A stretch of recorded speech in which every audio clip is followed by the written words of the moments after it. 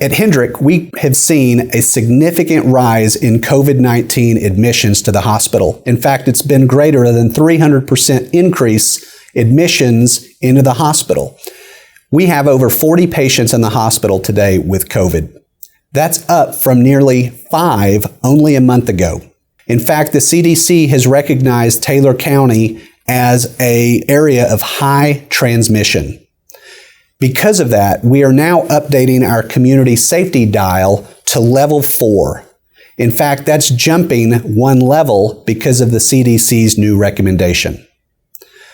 We here at Hendrick and all of Hendrick facilities, we have been masking 100% and have been since this pandemic started. That's for guests, patients, and employees. With this new CDC recommendation of vaccinated and unvaccinated individuals wearing masks, you now, as a private business owner, community member, you have to now determine what you're going to do that meets your family's needs, your business needs. Here at Hendrick, our employees are nearly 70% vaccinated at this point. We have not mandated the vaccine, although that's what the healthcare industry is starting to do because it's been so successful. We here at Hendrick are offering incentives for all employees to be vaccinated, and I encourage you or your business to work toward with your employees to get them vaccinated. We know vaccinations reduce hospitalizations. I'm Rob Wiley, the Chief Medical Officer at Hendrick Health. I would like to share a little about what's going on in our community and within our hospital.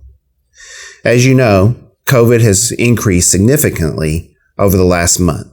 We've gone from less than 5 cases a day to presently we have 360 active cases that are occurring within the Taylor County. In addition, our hospitalizations have gone up significantly. We've gone from 1 to 2 cases a day to over 40 cases that are in our hospital right now. The cause? Well, the Delta variant. And we've heard a lot about this within our media and throughout our nation. And Delta has become the most prevalent of the variants. It is over 80%, and that includes our community also. The difference is, well, Delta variant is more contagious and is more readily spread than the regular COVID-19. It has the same symptoms. However, it is affecting a different population.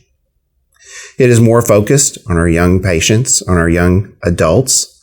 For example, right now, our average age of hospitalization is down to 55. We're seeing an increase in the age group of 20 to 29, and we're now starting to see some cases within our pediatric population. I heard recently from a journalist from the Atlantic, and he gave a very good analogy for us in West Texas. He talked about the vaccine, and his statement about the vaccine is it's like defanging a rattlesnake. You defang a rattlesnake, you take their venom away. They still can bite you. It can be a little uncomfortable, but you don't get the venom. You don't get the poison. The same thing with the Delta variant and with all the other variants that are going to follow. The vaccine is our best absolute protection against variants that are to come and the ones that are here today. We may still get COVID. It will be mild compared to the patients who do not have it. Over 95% of the hospitalizations are in patients who are not vaccinated. And nearly 100% of mortality of our patients with COVID are in unvaccinated patients.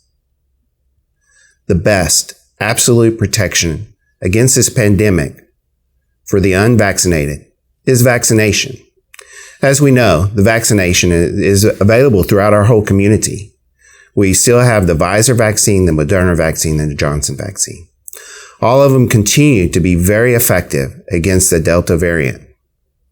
It is essential as a community to protect every individual that we become vaccinated. In closing, I ask that you get the vaccine. That's the way through this pandemic. If we all got the vaccine, we could end the pandemic, we would end the illness, and we would end the loss of life. Thanks.